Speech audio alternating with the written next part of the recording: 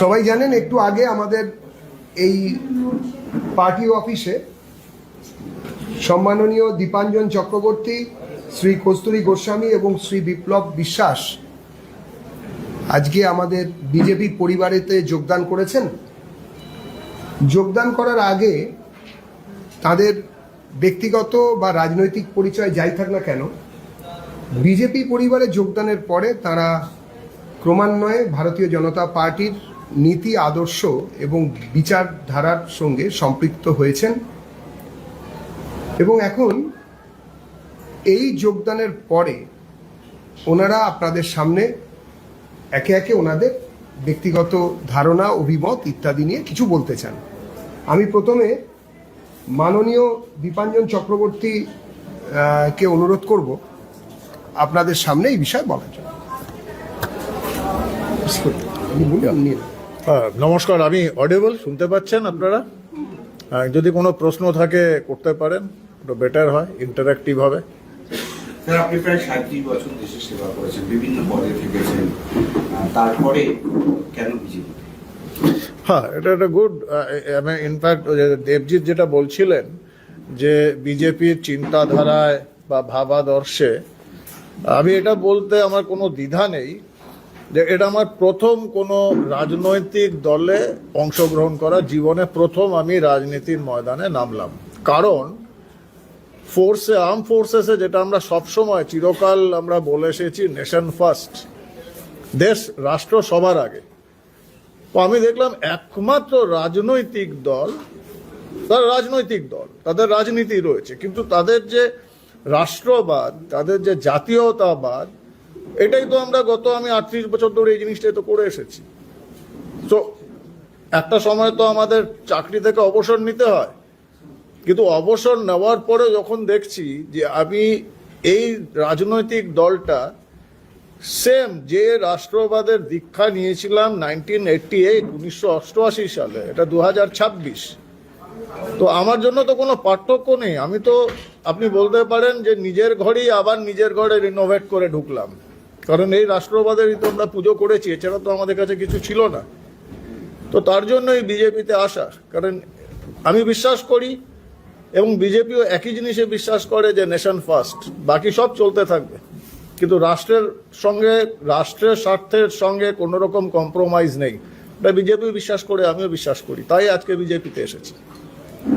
নির্দিষ্ট করে আপনি তো এক্স এসজি এবং আন্ডারকভার এজেন্ট ছিলেন অনেক, এখন যে বর্ডার এলাকায় যে পরিস্থিতি after the election of Bangladesh, Jamaat অপোজিশনে চলে গেল, তো এই যে একটা পরিস্থিতি বর্ডার এলাকায় হয়ে রয়েছে, এইদিকের এই সক্রিয়তা কিভাবে দেখছেন? আপনার অভিজ্ঞতা আপনি কিভাবে দেখছেন? কতটা অসুরক্ষিত পশ্চিমবঙ্গ এবং ভারতবর্ষ? দেখুন, আমি একটা কথা বলতে চাই, যেহেতু আমার জিহাদ ছিল আমার স্পেশালাইজেশন, চাहे এনএসজিতে, চাहे স্পেশাল এজেন্সিজে। জিহাদ কিন্তু এমন নয় যে আমি সকালে ঘুম থেকে উঠে চা খেলাম আর চলো আজকে দুপুরের পর জিহাদ করি, তা হয় না। ওরা প্রচণ্ড ওয়েল অর্গানাইজড, সাংঘাতিক প্ল্যান করে এবং সুদূর প্রসারী, যার ইম্প্যাক্ট হয় সুদূর প্রসারী। এবার পশ্চিমবঙ্গে এবং লাগোয়া বাংলাদেশে যে পরিস্থিতি হয়েছে, এটা আজ থেকে শুরু হয়নি, এটা গত 10-12 বছর, 15 বছরে এটা সাংঘাতিক উত্থান হয়েছে। কারণ একটার পর একটা ফেজ আসছে, এবার আপনাদের কাছে প্রকাশ পাচ্ছে, এবং যেটা আমরা সবসময় বলি যে জিহাদিরা তখনই প্রকাশিত হয় বা হতে দেয় নিজেদের যতটুকু প্রয়োজন, যখন সময়ের দরকার হবে। তার মানে এই নয় যে জিহাদের বীজ আগে থেকেই ছিল না, ছিল, এবং সেটা গত 10-12-15 বছরে সাংঘাতিকভাবে বেড়েছে। কারণ আমরা বিশ্বাস করি, যারা জিহাদ নিয়ে পড়াশোনা করে, জিহাদ নিয়ে কাজ করে, আপনি দেখবেন একটা ইংরেজিতে কথা আছে, কন্ডিউসিভ এনভায়রনমেন্ট, যেটাকে বলা হয় সহযোগী পরিবেশ। আপনার বাড়িতে দেখবেন, আপনার এই ডেঙ্গুর সময় কর্পোরেশনের লোক এসে দেখে আপনার বাড়িতে জমা জল পড়ে আছে কিনা, কারণ জমা জলেই মশা লার্ভা পারে, শুকনো জায়গায় পারে না। তো মশার ওই জন্ম দেওয়ার জন্য, ডেঙ্গু প্রসারের জন্য ওদের ওই জমা জল দরকার হয়, যেটাকে বলা হয় কন্ডিউসিভ এনভায়রনমেন্ট। অতি দুঃখের ব্যাপার, চিন্তার ব্যাপার, পশ্চিমবঙ্গে গত 15 বছর ধরে এই কন্ডিউসিভ এনভায়রনমেন্টটা তৈরি করে রাখা হয়েছে জিহাদিদের জন্য, এবং যাতে মৌলবাদী লোকজন তারা ডালপালা প্রসারিত করছে। এবং আমি যেটা বারবার বলি, বহুবার আমি টিভি চ্যানেলে বলেছি গত 5 বছর ধরে, দক্ষিণ 24 পরগনা, উত্তর 24 পরগনা, নদিয়া, মালদা, মুর্শিদাবাদ, উত্তর দক্ষিণ 2 দিনাজপুর, যদি এখনো কিছু না করা যায়, আমার মনে হয় না যে 2027-28-এর পরে সেটা ভারতের মধ্যে রাখা যাবে। কারণ প্রশ্নটা পশ্চিমবঙ্গের নয়, প্রশ্নটা কোনো রাজনৈতিক দলের নয়, প্রশ্নটা রাষ্ট্রীয় সুরক্ষার। এবং সত্যিকারে কিন্তু পশ্চিমবঙ্গ ভয়াবহ অবস্থায় রয়েছে, যেটা ঘোষিত রয়েছে ISIS এর মতো দল। তারা বলেছে, যে লস্করে তৈবা বলছে, জৈশে মোহাম্মদ বলছে, যে গজওয়াতুল হিন্দ আপনারা শুনেছেন, সালতানাতে বাংলা শুনেছেন, এবং যতটা পড়ছেন বা দেখছেন বা টিভি চ্যানেলে, তার থেকে কয়েকশো গুণ বেশি ভয়ঙ্কর পরিস্থিতি। এবং আমি এটাকে বলি যে পশ্চিমবঙ্গবাসী তারা আগ্নেয়গিরির শিখরে বসে পিকনিক করছেন, খেলা মেলা রথযাত্রা ইত্যাদি করে বেড়াচ্ছেন। যেদিন আগ্নেয়গিরিতে বিস্ফোরণ হবে সেদিন আপনারা বুঝতে পারবেন যে আমরা কোথায় আছি। It will be too late. আমাদের এখনো জাগতে হবে। আর 2026 শেষ ধর্মযুদ্ধ, যদি এই 2026-এ আমরা কিছু না করতে পারি, ধর্ম বাঁচানো অসম্ভব, প্রাণ বাঁচানো অসম্ভব, মান সম্ভ্রম বাঁচানো অসম্ভব, রাষ্ট্রীয় সুরক্ষা বাঁচানো অসম্ভব। এ সিদ্ধান্ত পশ্চিমবঙ্গের মানুষকে নিতে হবে, শুধু আমরা বললেই চলবে না। স্যার, আপনি হোম মিনিস্ট্রিতেও কাজ করেছেন, সেক্ষেত্রে বঙ্গ বিজেপিতে জয়েনিং কেন? আপনি দিল্লিতে কেন করলেন না? আপনার এত বছরের অভিজ্ঞতা, আপনি যখন ভাবলেনই যে আপনি রাজনৈতিক দল করবেন, সেক্ষেত্রে একেবারে সরাসরি দিল্লি বিজেপি অফিসে জয়েন না করে বঙ্গ বিজেপি? এই জন্য, কারণ আমি বাঙালি, সবার আগে আমি বাঙালি, তারপর তো ভারতীয়। আর আমার বাড়ি পশ্চিমবঙ্গে, আমার বাড়ি কল্যাণী, আমি বঙ্গ বিজেপিতে তো জয়েন করবো। আগামী নির্বাচনে এই শাসক দলের বিরুদ্ধে নির্দিষ্ট কোনো আগামী নির্বাচনে বঙ্গ বিজেপির যে সমস্ত স্ট্র্যাটেজিটা আছে সেগুলো নিয়ে আপনি কাজ করবেন বা এমন কোনো চিন্তা ভাবনা? দেখুন, আমি ফৌজি, আর ফৌজি সকাল থেকে সন্ধ্যা অবধি ফৌজি, রাতেও ফৌজি। ফৌজিরা কখনো জেনারেলকে পরামর্শ দেয় না কি করতে হবে। পার্টিতে অনেক অভিজ্ঞ লোক রয়েছেন, সিনিয়র রয়েছেন, তারা আমাদের যে দায়িত্ব দেবে, আমরা ফৌজি হিসাবে সেটা 100% করব, 99% অপশন নেই। কিন্তু আমরা ডিসাইড করে দেবো না, অন্তত আমি ডিসাইড করব না যে কি করতে হবে। যদি আমাদের কাছে পরামর্শ চাওয়া হয় নিশ্চয়ই দেব, উপর থেকে যে অর্ডার আসবে, কারণ ফোর্সের লোকরা, আমরা উপর থেকে যে অর্ডার আসে সেটা আমরা পালন করতে অভ্যস্ত। আমিও আমার নিচে অর্ডার পাস করি। আমাদের ফোর্স, আর্ম ফোর্সেস পঞ্চায়েত নয়, সবাই মন্তব্য রাখতে পারে না। এখনকার শাসক আপনি দীপাঞ্জন চক্রবর্তীর সাথে এতদিন এনএসটি একজন কমান্ড হিসাবে যে ধরনের রিয়াকশন দিলেন বিভিন্ন মিডিয়ায়, আর আজকে দাঁড়িয়ে বিজেপির একজন কর্মী হিসাবে আপনি রিয়াকশন, দেখুন, যেটা আমরা সবসময় বিশ্বাস করি, a soldier never quit till his death. একজন সোলজার যতক্ষণ মৃত্যু না হচ্ছে, এমনকি আমরা এটাও বলি যে মৃতদেহ কথা বলে, কিন্তু যতক্ষণ মৃত্যু না হচ্ছে সোলজার কখনো শান্ত বসে না। যুদ্ধের ময়দানটা বদলে গেছে। যুদ্ধের ময়দানে আমরা এতদিন জিহাদিদের সঙ্গে লড়ছিলাম, এখন কোনো একটা 14 তলায় যেখান থেকে জিহাদের বাষ্প বেরোচ্ছে সেই জায়গাটাকে নিউট্রালাইজ করার চেষ্টা করা হবে। আপনার নিরপেক্ষতা কিন্তু একটা প্রশ্ন। মানে ধরুন আমি একটা মিডিয়ায় আপনাকে ধরতাম কোনো একটা ঘটনা,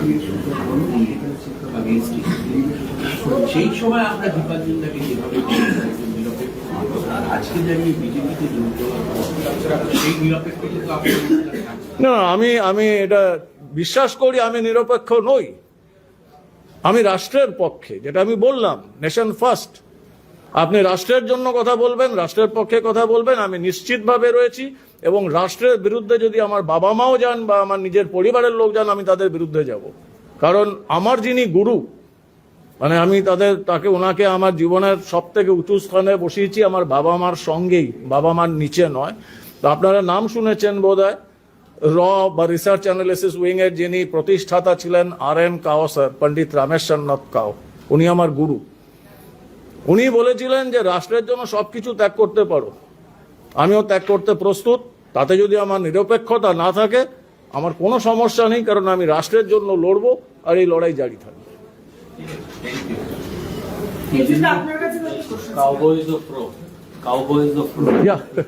আমরা কাউবয়, একটু ওনাদেরও করুন, পরে আমি আবার উত্তর দেবো।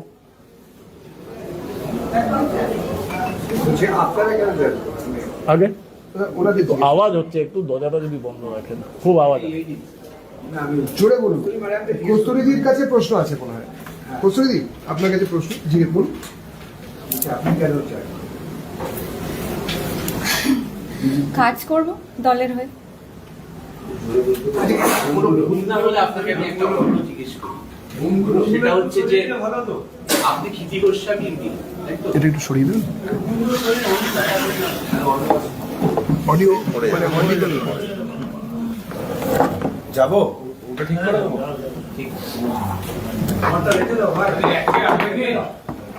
হ্যাঁ, আমি একটা জিজ্ঞেস করি, আপনি ক্ষিতি গোস্বামীর দিন, সম্ভবত আপনারা দুই বোন, তাই তো?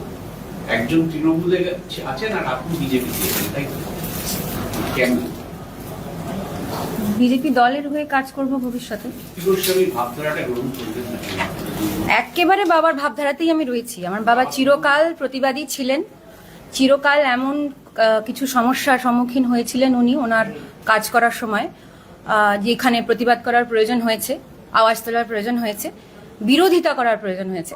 আমি একেবারেই তার উত্তরসূরি। আমি মনে করি যে এই মুহূর্তে এমন পরিস্থিতি তৈরি হয়েছে যেখানে আওয়াজ তোলা প্রয়োজন, প্রতিবাদ প্রয়োজন, শাসককে চিনিয়ে দেওয়া প্রয়োজন কোথায় তার ভুল হচ্ছে, এবং এই আওয়াজ তোলার জন্য আমাদের মতো শিক্ষিত বাঙালি ভারতীয়রা যদি এগিয়ে না আসে তাহলে কারা এগিয়ে আসবে?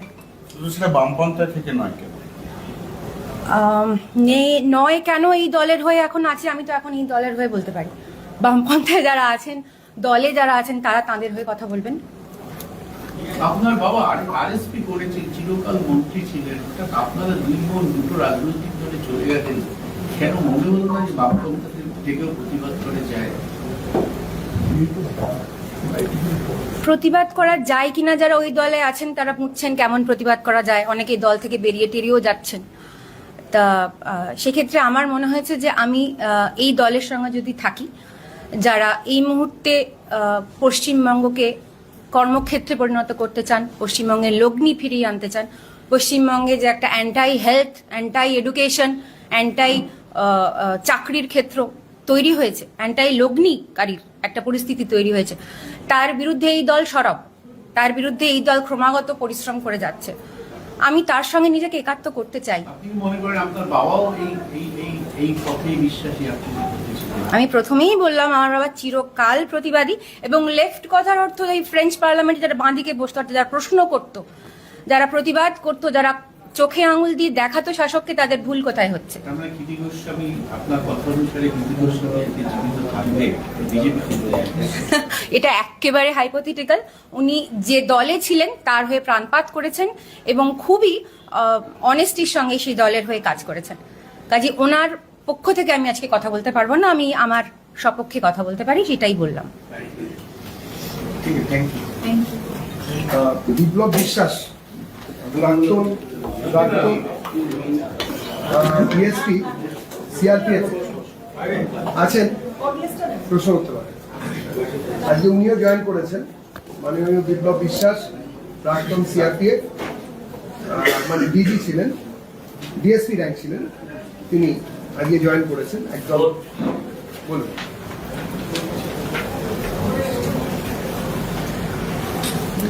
हाँ बोलून प्रश्न करुन प्रश्न करुन হ্যাঁ, ওই তো জয়েনিং এর কারণ। हाँ বিজেপি জয়েনিং কারণ আমি প্রথম থেকেই মাননীয় প্রধানমন্ত্রী শ্রী নরেন্দ্র মোদীজির মতাদর্শে অনুপ্রাণিত এবং আমি আরএসএস সাথেও যুক্ত ছিলাম।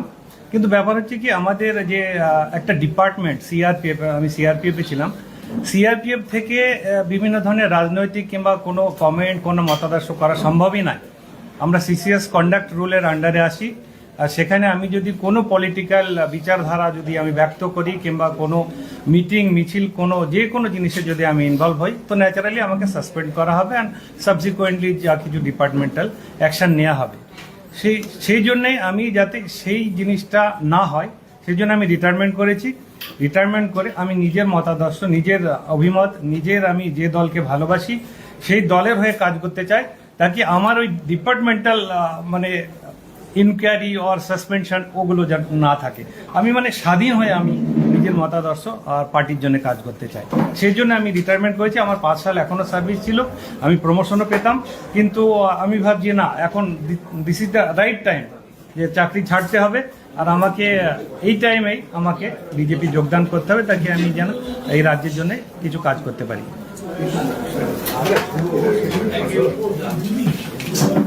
কস্তুরী, আপনার কাছে আমার একটাই প্রশ্ন, আমি একটু লেটে আসলাম, সেটা হচ্ছে এই বাম থেকে রামে আসার কারণটা যদি আপনি একটু একটা বলেন। রামে কি নয় বলুন তো, যে ভারতীয় সে রামে নেই, অর্থাৎ সে মহাকাব্যে নেই। মহাকাব্য আমাদের ভারতবর্ষের মেরুদণ্ড। ভারতবর্ষ দুটো মহাকাব্য উপহার পেয়েছেন, এক রামায়ণ এবং এক মহাভারত। এবং আমার মহাকাব্যে আমি বিশ্বাস রাখবো না, নিজেকে ভারতীয় বলবো, এই কেমন ভাবে হতে পারে? বাংলায় ভোটের আগে কয়লা কেলেঙ্কারি মামলার তদন্তে ফের গতি আনতে চাইছে ইডি। অনুপ মাঝিকে হেফাজতে নিয়ে জিজ্ঞাসাবাদের অনুমতি চেয়ে সুপ্রিম কোর্টে আবেদন করেছিল ইডি। ইডির আর্জি মেনে অনুপ মাঝিকে 2 সপ্তাহ হেফাজতে নিয়ে জেরা করার অনুমতি দিয়েছে শীর্ষ আদালত। গত বেশ কয়েক বছর ধরে এইসব নিয়ে শুনে শুনে বাঙালি ক্লান্ত। বাঙালি আর এসব শুনতে চাইছে না। ধারাভাষ্যের মতন পাইপ বল এগিয়ে যাচ্ছেন, অমুককে কাটিয়ে তমুককে কাটালেন, গোলের কাছে এলেন, গোল কিন্তু গোল হলো না, এইসব আর শুনতে চাইছে না। বাঙালি জানতে চাই কয়লা, গরু, সোনা, বিভিন্ন রকমের বিষয়, তাতে কার কি যোগাযোগ আছে, তার থেকেও বড় কথা সেটা কার অনুপ্রেরণায় হয়েছে সেটা বাঙালি জানে। কিন্তু কেন এই বিভিন্ন ধরনের তদন্ত এজেন্সি তার কাছে গিয়ে পৌঁছতে পারছে না? কতদিন আর এই ডিলেইড অ্যান্ড ডিনাইড জাস্টিসের এই দুরকম রূপ আমরা দেখব, সেটাও একটা বড় ব্যাপার। যখন আসবে তখন বোঝা যাবে আর কি হচ্ছে না হচ্ছে। যত রকমের আটকানোর ব্যবস্থা, যত রকমের বাম্পার তোলার চেষ্টা হয়েছে তদন্তের রাস্তায়, স্পিড ব্রেকার যত রকমের তোলা হয়েছে তৃণমূলের তরফ থেকে, সমস্ত স্পিড ব্রেকার সরে যাবে আগামী 3 মাস পরে বিজেপি ক্ষমতায় আসার পরে। তার আগে অবধি যা চলছে বাঙালিকে সহ্য করতে হবে। অভয়া মামলায় শিয়ালদা আদালতে আজ নতুন করে আবেদন জমা করলো বাবা মায়ের তরফে। তারা সেখানে ভয়ঙ্কর অভিযোগ করছেন। তারা বলছেন কলকাতা পুলিশের এএসআই অনুপ দত্তকে গ্রেপ্তারির আবেদন, কলকাতা পুলিশের এএসআই অনুপ দত্তকে গ্রেপ্তারির আবেদন এবং তার পাশাপাশি বৃহত্তর ষড়যন্ত্রের অন্যতম অংশীদার হিসেবে সিবিআইকেও দায়ী করছেন তারা। আদালতে পরবর্তী শুনানিতে এই ইস্যু তারা তুলবেন। যা যা হচ্ছে, যা যা বলছেন, সেটা তো ওনারা বলছেন, একটা মানবিক গুরুত্ব তো থাকে এইসব ক্ষেত্রে। তো সুতরাং যা হচ্ছে সেটা মানুষ শুনছে। কি হয়েছিল আরজিকর কাণ্ডে সেটা সমস্ত মানুষ জানে। তথ্য প্রমাণ লোপাটের জন্য প্রশাসন সরাসরি উর্দি পড়ে, কোনো উর্দি ছাড়া নয়, উর্দি পড়ে নেমে পড়েছিলেন। একের পর এক মিথ্যে কথা বলে আপনারা যারা সাংবাদিক তাদেরকে অব্দি বিভ্রান্ত করা হয়েছে। যিনি কিনা কেউ নন তাকে অব্দি ফিঙ্গারপ্রিন্ট এক্সপার্ট বলে দেখানো হয়েছিল। সেটাও উর্দি পড়া পুলিশ, সাধারণ পুলিশ নয়, 2 তারা 3 তারার অধিকারীরা দেখিয়েছিলেন। তো এরপরে কাকে দোষী ঠাওরানো হবে, কাকে দোষ দেওয়া হবে, সেটা আদালত বুঝবেন। আদালতে নিশ্চয়ই এই নিয়ে আলোচনা হবে। এসআইআর প্রক্রিয়ায় 65 লক্ষেরও বেশি নাম বাদ, শুনানি শেষে 2 লক্ষেরও বেশি নাম অযোগ্য। শুনানিতে অংশই নেয়নি 5 লক্ষেরও বেশি। নির্বাচন কমিশন সূত্রে কি করে অংশ নেবে? যেটা মিটু কলোনি ছিল সেটা মেহেদি কলোনি হয়ে গেছে। গুলশান কলোনিতে যারা যারা রয়েছে, এতদিন ধরে রয়েছিল, সব ফাঁকা করে বিভিন্ন সময় বাংলাদেশে যারা পালিয়ে গেল এবং বাংলাদেশে পালিয়ে গিয়ে যারা ভোট দিয়ে আবার ওখানে জামাতকে বেশি সংখ্যায় জেতালো। আপনারা খেয়াল করে দেখবেন পশ্চিমবঙ্গের সীমান্তবর্তী এলাকা বাংলাদেশের সঙ্গে যেগুলো লাগোয়া, সেই লাগোয়া অঞ্চলগুলোতে বাংলাদেশের যে অংশ তাতে জামাতের ভোট বেড়েছে। ওপারে যা জামাত, এপারে সেটাই তৃণমূল। সুতরাং এই নিয়ে ভেবে কি হবে? সবাই জানে কারা ছিলেন, কোথায় গেছেন, কেন গেছেন, আর কেন তারা এসআইআর এর সময় এখানে এসে পৌঁছলেন না বা শুনানিতে অংশগ্রহণ করলেন না। কে যেচে নিজের গলা হাঁড়ি কাটে দিতে চায়।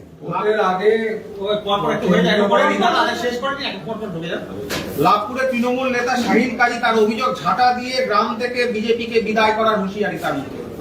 কে বলছেন, কাকে বলছেন, কেন বলছেন? অপশব্দের প্রয়োগ। বাঙালির রাজনৈতিক ক্ষেত্রে যেটুকু সম্মান ছিল সেটুকুই তৃণমূলের আমলে চলে গেল। আলটিমেটলি বামেরা যত রকমের অপশব্দের প্রয়োগ করতেন, তারা অপশব্দ প্রস্তুত এবং প্রবর্তন এবং সম্প্রসারণের মাস্টার ছিলেন।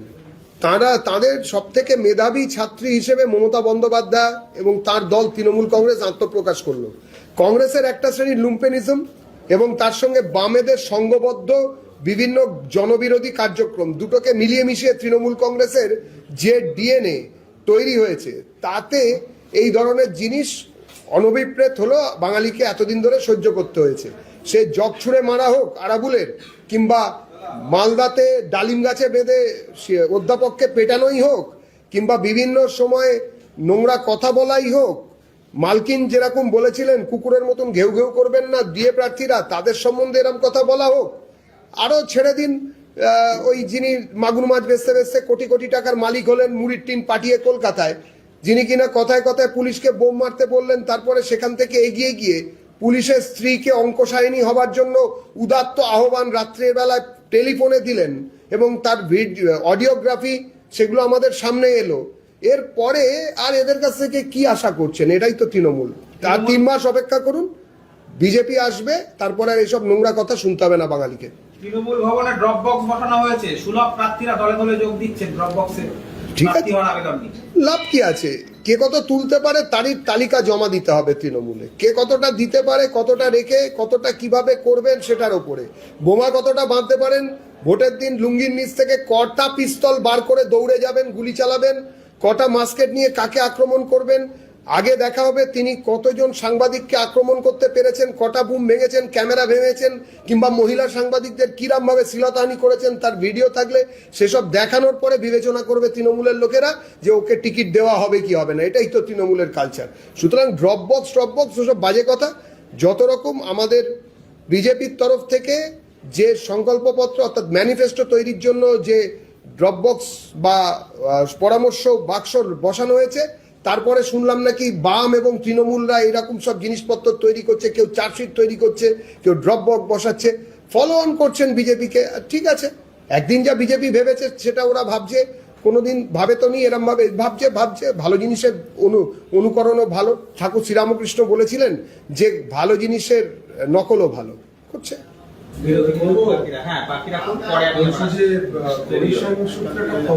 নিরাপত্তা বাহিনী থাকবে, কেন্দ্রীয় বাহিনী থাকবে নিরাপত্তা দেখার জন্য ভোটের আগে থেকে।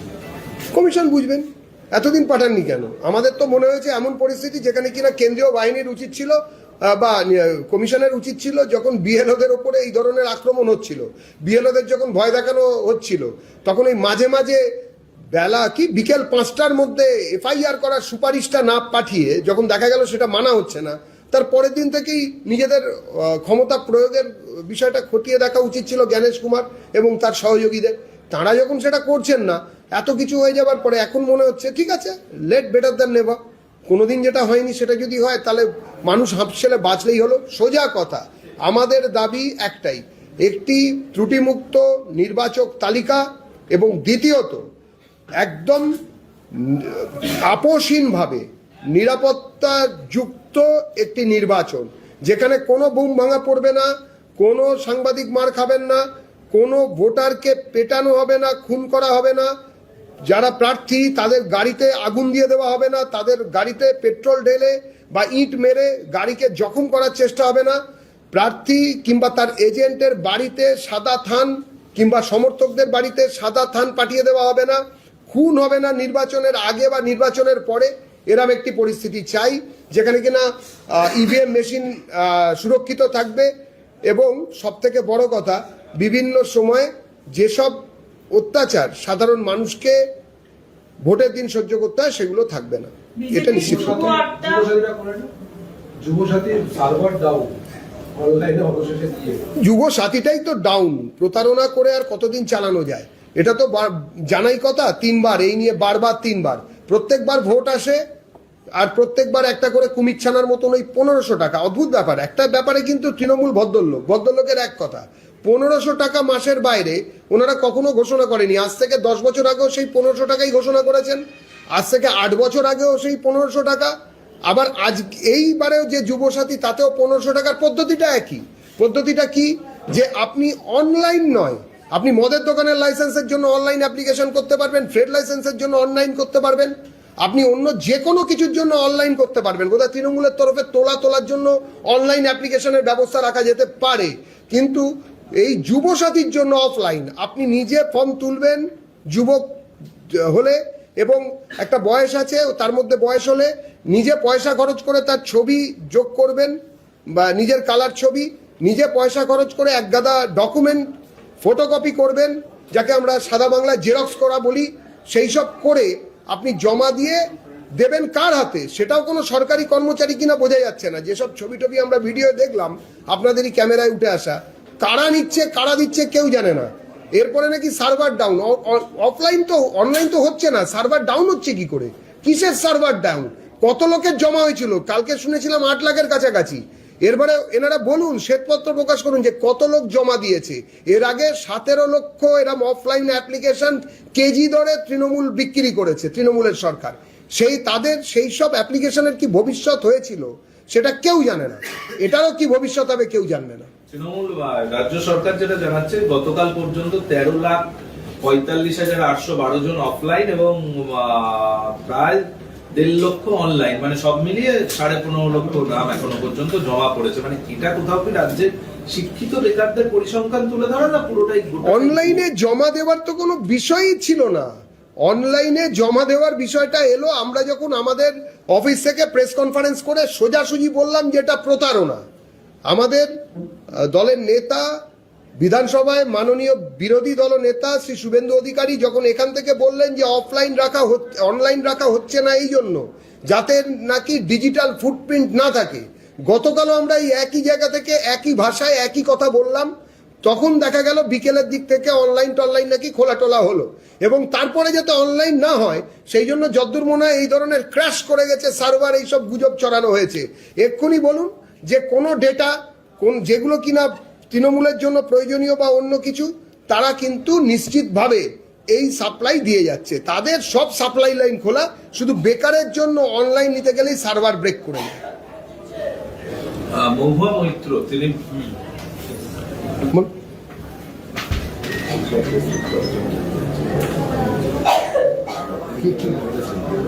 না না আজকে অনেক হয়েছে।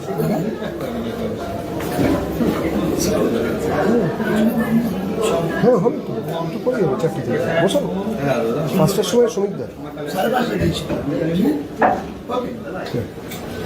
এসআইআর নিয়ে সুপ্রিম কোর্টের নির্দেশিকা মানছে না নির্বাচন কমিশন। বাংলার বাড়ির তথ্য গ্রাহ্য না করেই মানুষকে হয়রানি করা হচ্ছে, মহুয়া মৈত্র বলছে।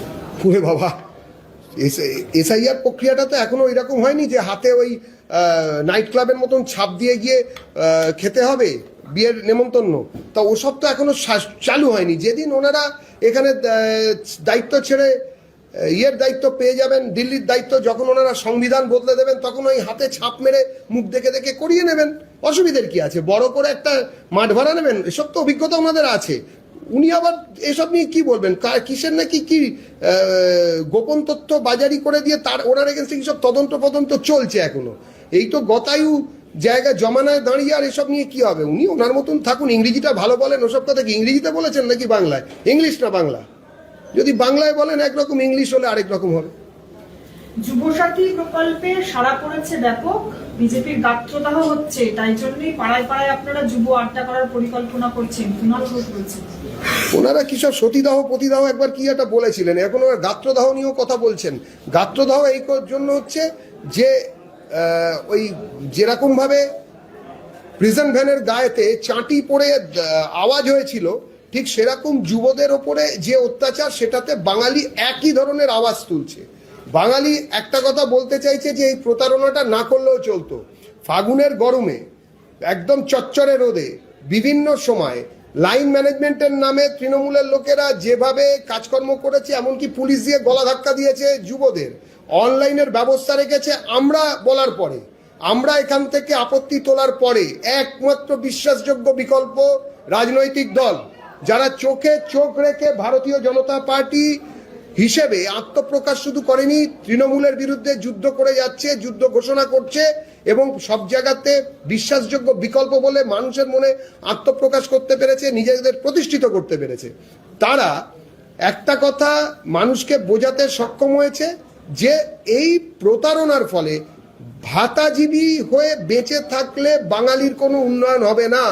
বাঙালি চাকরি চায়, বাংলার যুবক যুবতীরা চাকরি চায়, দিনে 50 টাকার ভাতাজীবী হয়ে বাঁচতে চায় না। আজ থেকে যুব আড্ডা কর্মসূচি আপনাদের চালু করার কথা ছিল, কিন্তু এখনো পর্যন্ত গোটা রাজ্যে সেই অর্থে কোথাও যুব আড্ডার ক্যাম্প দেখা গেল না।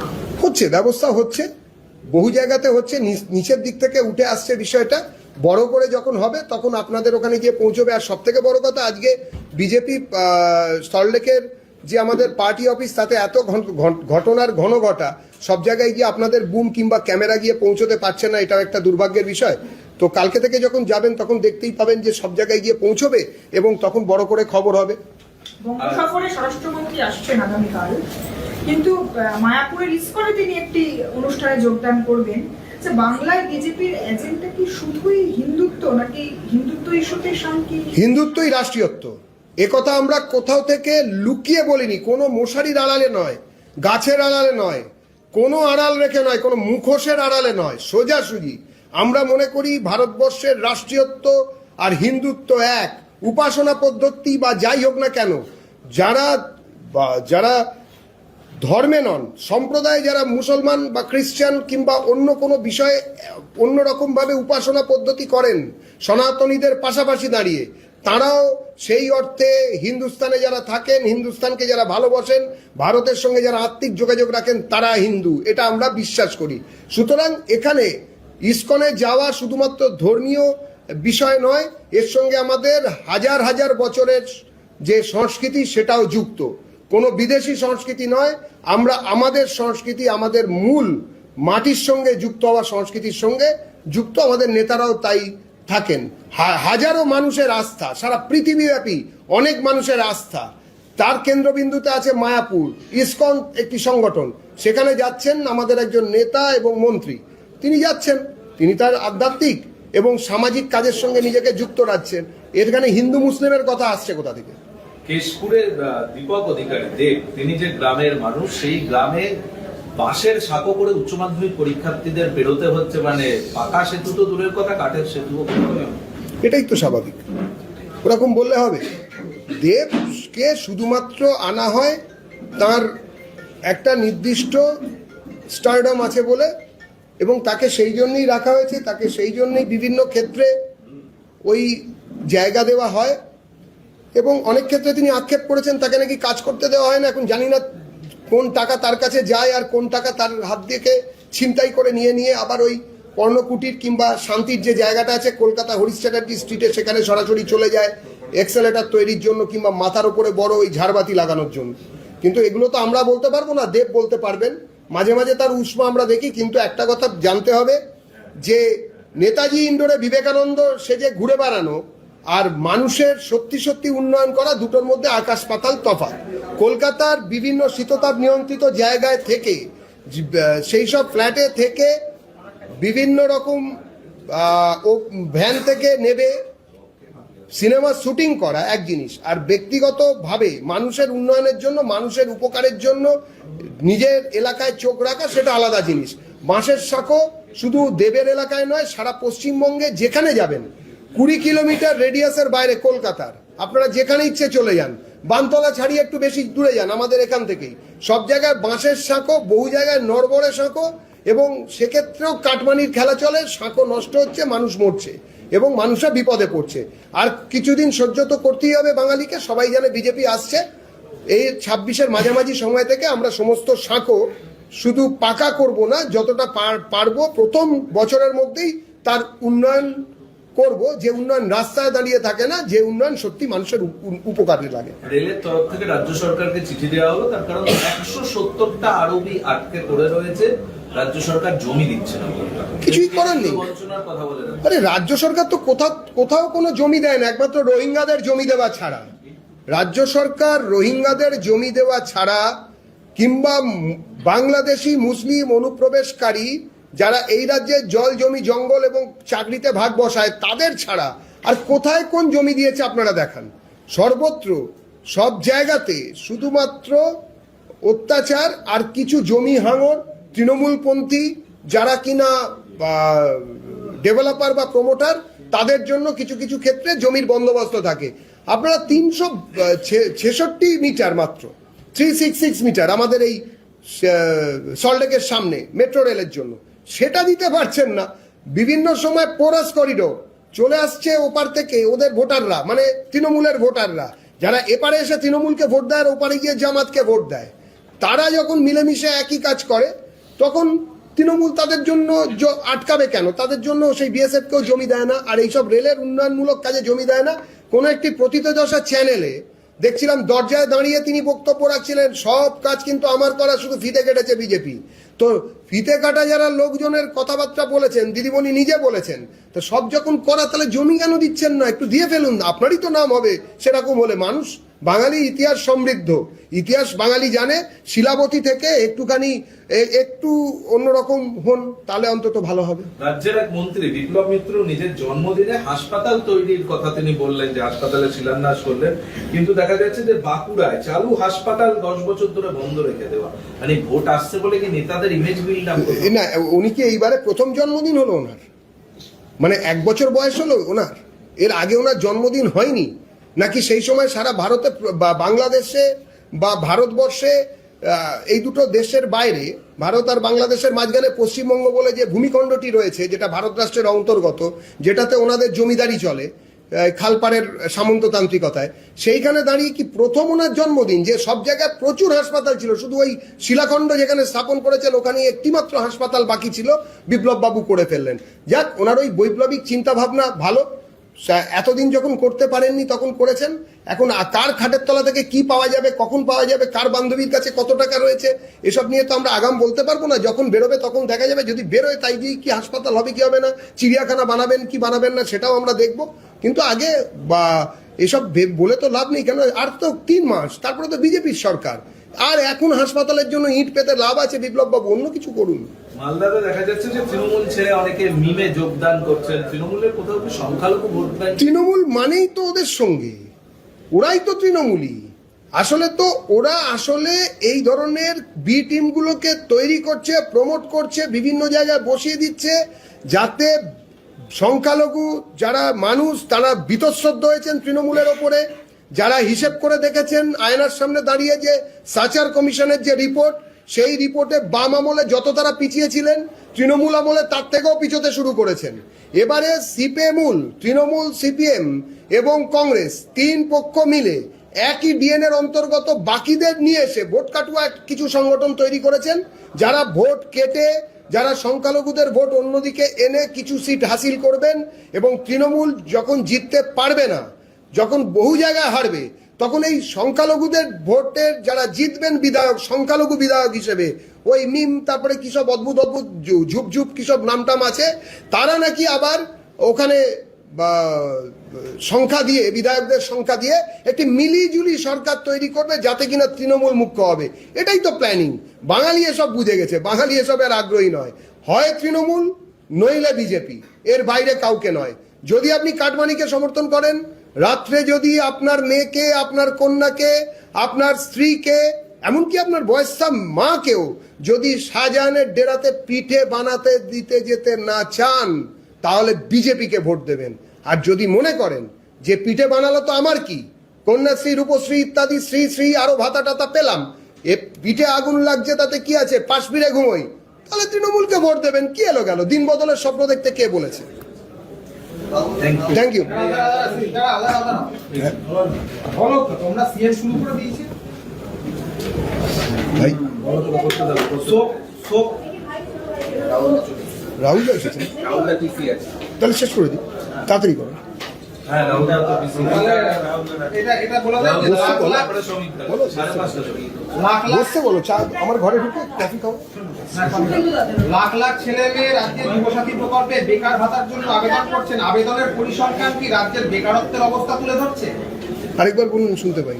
লাখ লাখ যে ছেলে মেয়ে যুবসাথী প্রকল্পে বেকার ভাতার জন্য আবেদন করছে, এই আবেদনের পরিসংখ্যান কি রাজ্যের বেকারত্বের অবস্থা তুলে ধরছে? আরে লাখ লাখ লোক বেকারত্বের জন্য আবেদন করছে, শুধু মানুষ নয়, তাদের সঙ্গে তাদের ছেলে মেয়েরাও আবেদন করছেন এবং তাদের বাবা মায়েরাও আবেদন করছেন।